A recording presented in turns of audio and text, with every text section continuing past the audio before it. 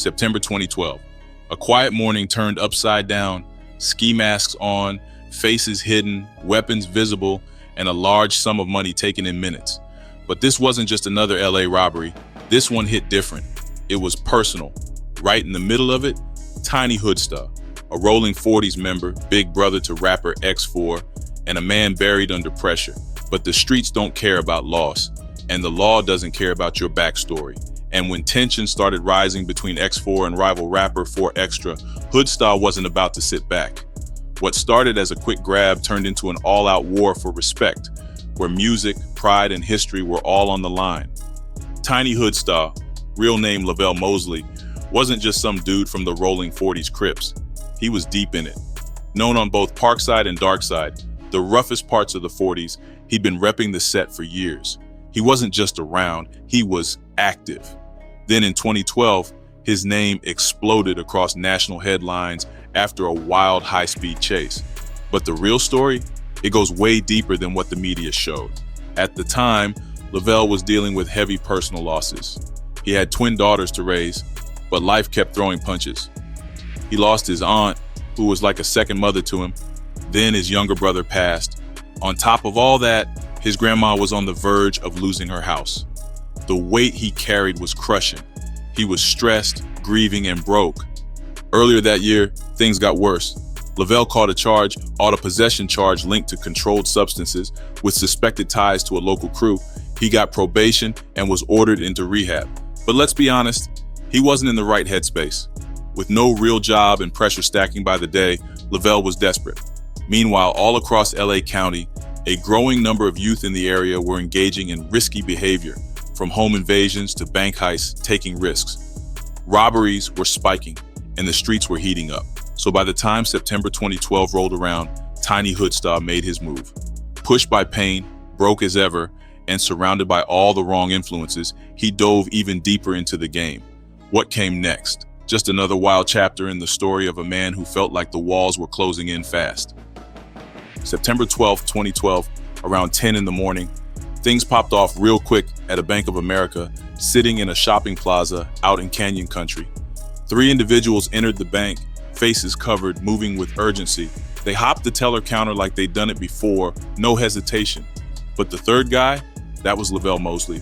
He didn't rush the counters. Instead, he stayed back, posted in the lobby, holding it down. Now, while he's in that lobby, a customer named David Urzua peeped the whole thing. He noticed what looked like a firearm in Mosley's hand, which he used to control the scene, commanding everyone to hit the floor. Another witness, bank worker Valerie Rivas, noticed Mosley moving like he had something in his hand too. She also saw a bulge on his right side, tucked in his waistband. It was obvious he came strapped. Meanwhile, the other 2 masked dudes were running back and forth behind the counter, stuffing their bags with cash. One of them, wearing a construction vest, pressed up on a teller named Erica Corona. Both Erica and the assistant bank manager, Luis Urrego, heard him loud and making aggressive demands for cash, implying harm if not complied with. Urrego clocked something in the man's bag. It had the shape of a gun, and his hand stayed tucked underneath it. Same thing Erica saw.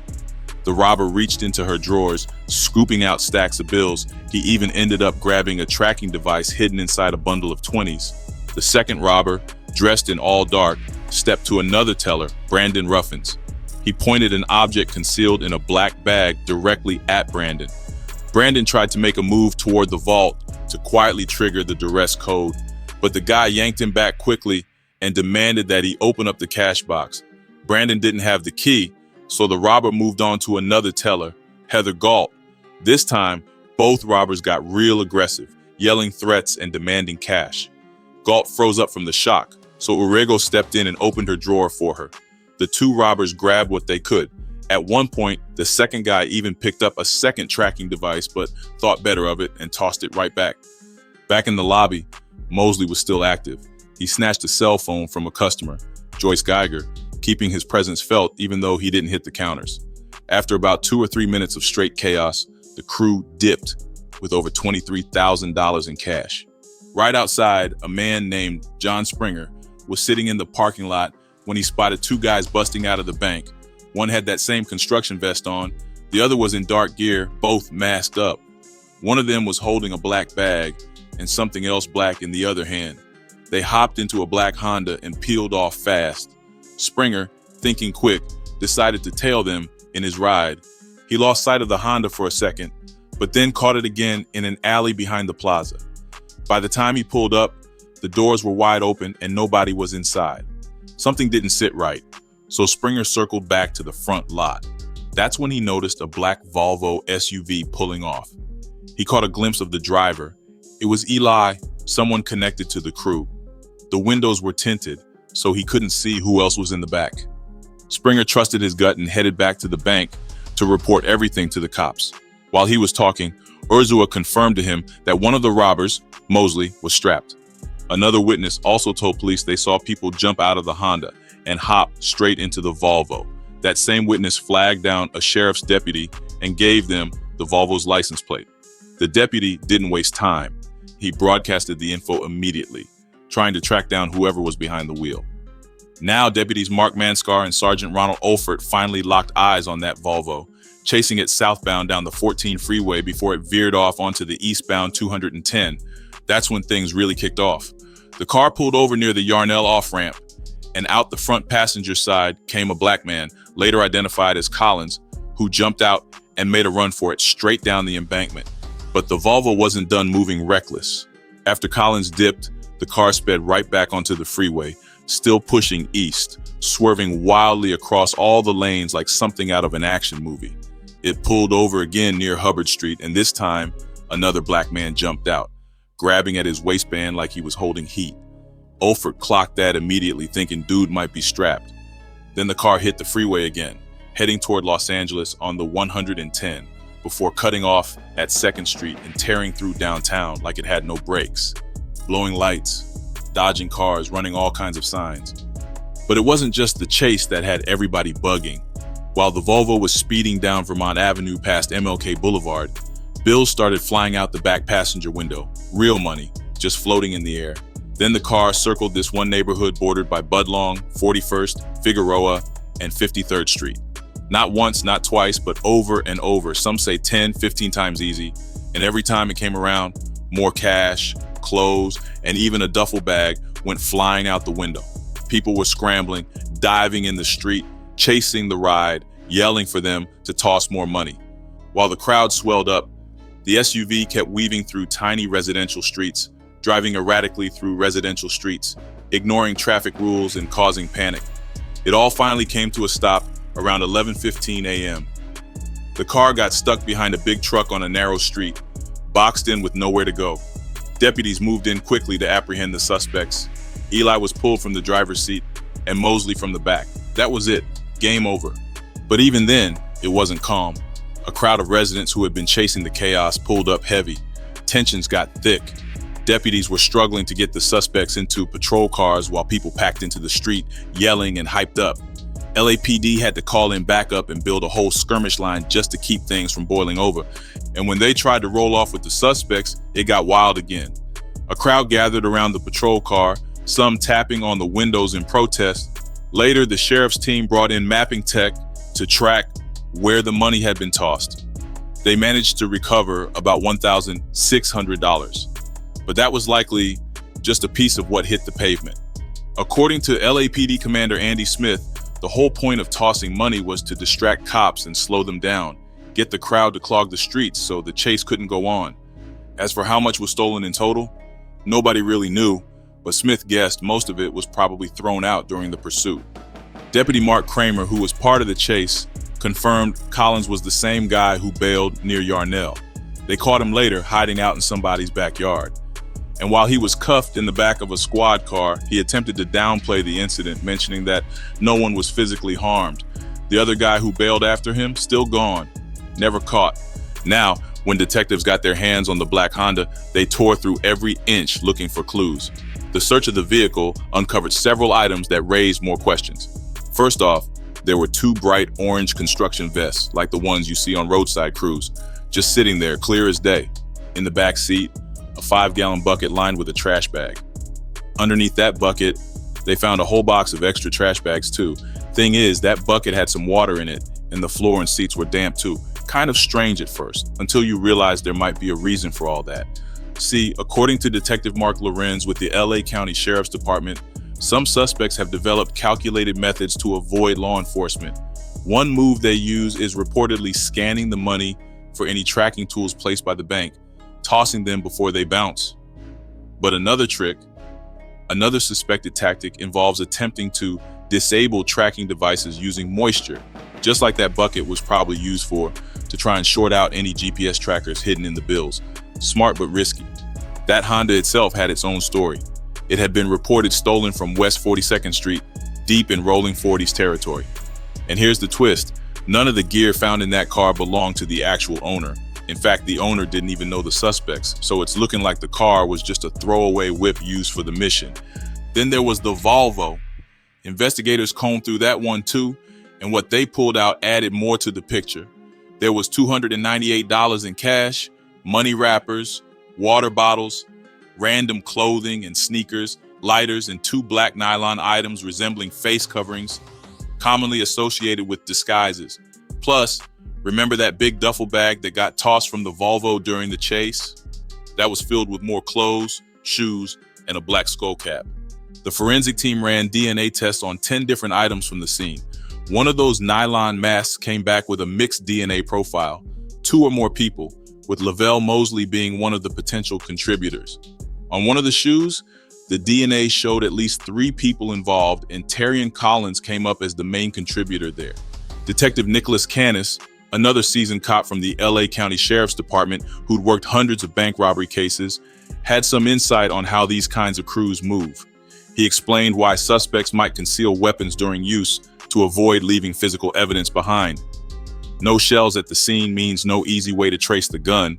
He also pointed out something from the bank surveillance footage, how the suspects were layered up in clothing. That's a classic move. Hit the lick, then strip off layers and switch up the whole look. Makes it way harder for cameras or witnesses to lock in on one description.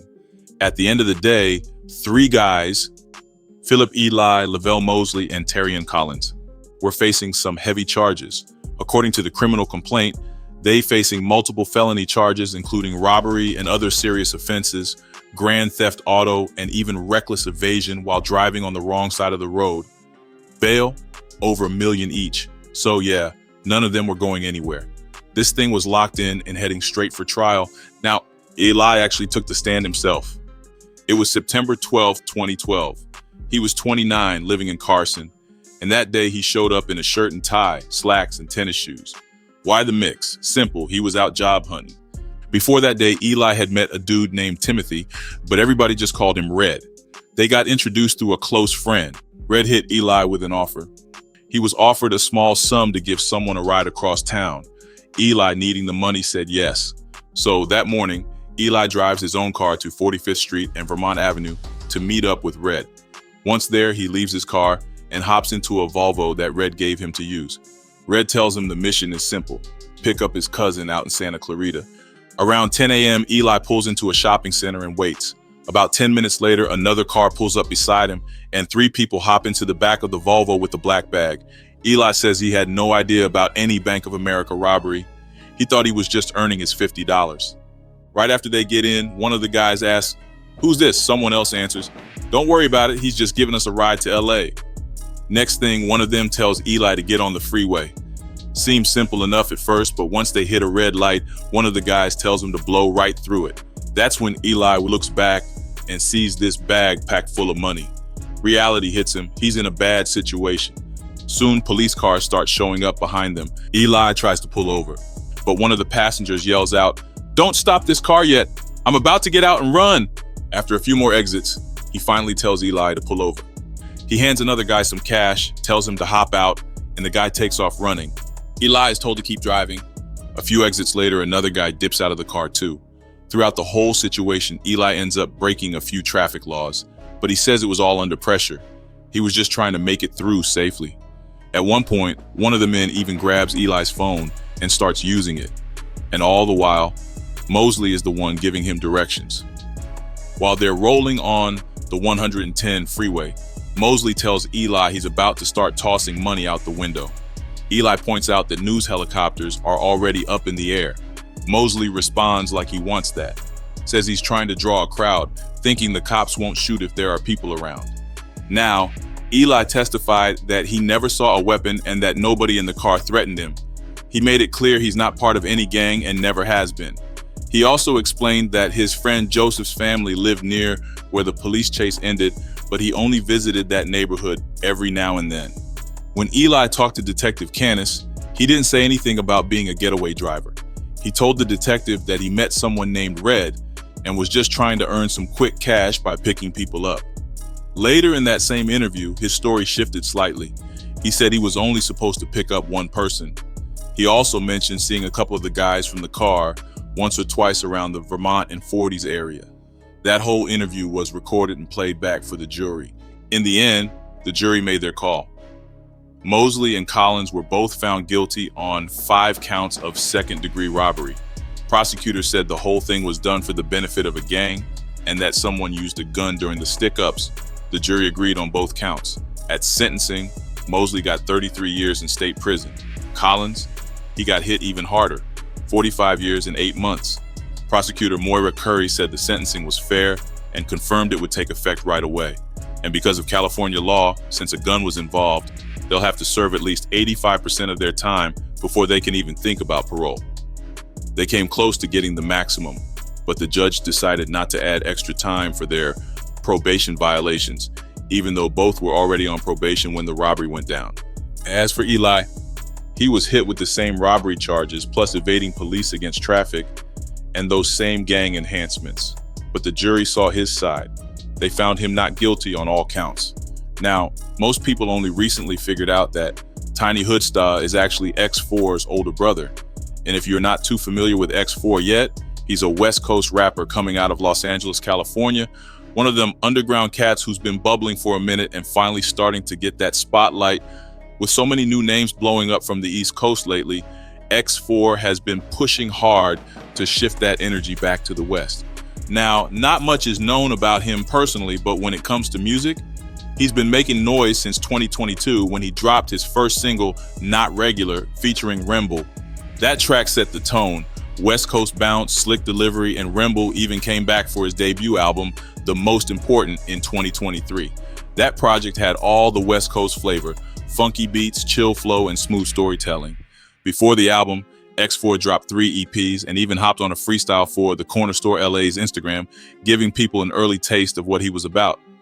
But rewind to the early 2010s. X4 was just trying to get put on by the Rolling Forties. He looked up to his big bro and wanted to follow in his footsteps. Only problem? Tiny Hoodsta kept shutting it down. It wasn't until Hoodsta went away that X4 finally slid in and got his put on. Then there's 4xtra, another rising rapper straight out of South LA and also tied to the Rolling Forties Crips. He's been in the mix since he was just 11 years old. Songs like Who I'm Gonna Call, Gang Slide, and Off the Back started picking up steam, mainly because of how raw and unfiltered his lyrics are. 4xtra doesn't sugarcoat anything. His music lays it all out. The streets, the struggle, and what it really feels like trying to survive when life keeps hitting you with curveballs. He started getting noticed heavy in LA's street rap scene for his raw delivery and that pain in his voice. Plus, if you follow him online, you already know. His social media reflects the life he raps about. Hood, unfiltered and real as it gets. He's also been a regular on the No Jumper podcast, always popping up with that wild energy and saying whatever's on his mind. That's where a lot of people saw him go head-to-head with 607 Unk. That moment had social media in a frenzy and boosted his visibility big time. But it isn't all wins. 4xtra has been open about getting locked up, even touching on it during podcast episodes. Still, all that real-life chaos only helped him build a stronger following. Now here's where it gets messy. X4 and 4xtra used to be real tight. Same crew, came up together, worked on music, all that, but something went wrong. They had a big fallout, and ever since it's been diss after diss going back and forth. People say it might have been about a baby mama, but that's just talk in the streets. Nothing ever really confirmed.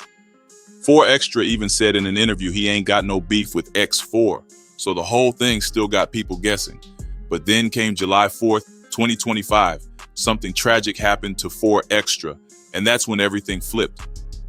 On July 4th, things took a wild turn for 4xtra.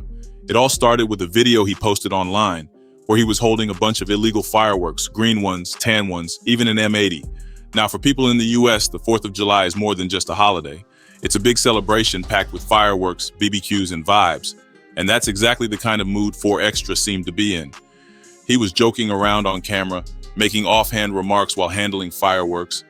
In the video, he kept that same energy the whole time, rolling the fireworks in his hands, making playful threats like he was about to toss them in somebody's house.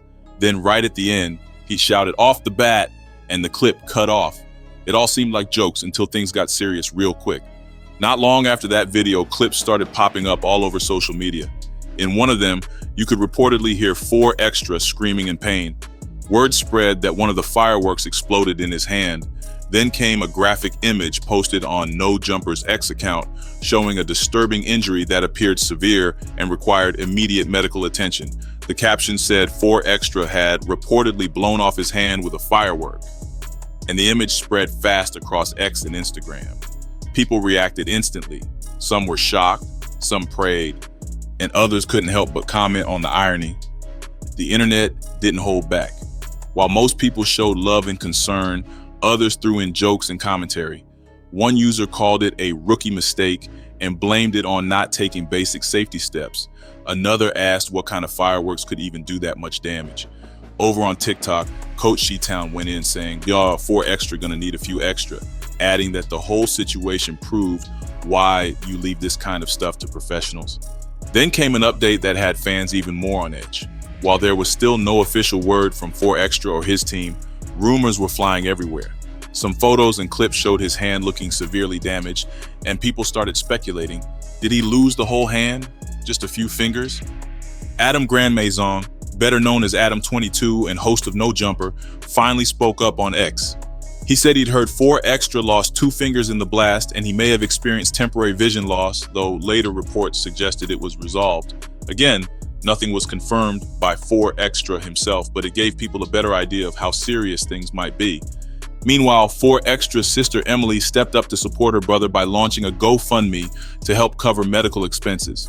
She mentioned how much energy and humor 4xtra brings to any room and asked for support in any form, whether it be donations, prayers, or just spreading the word.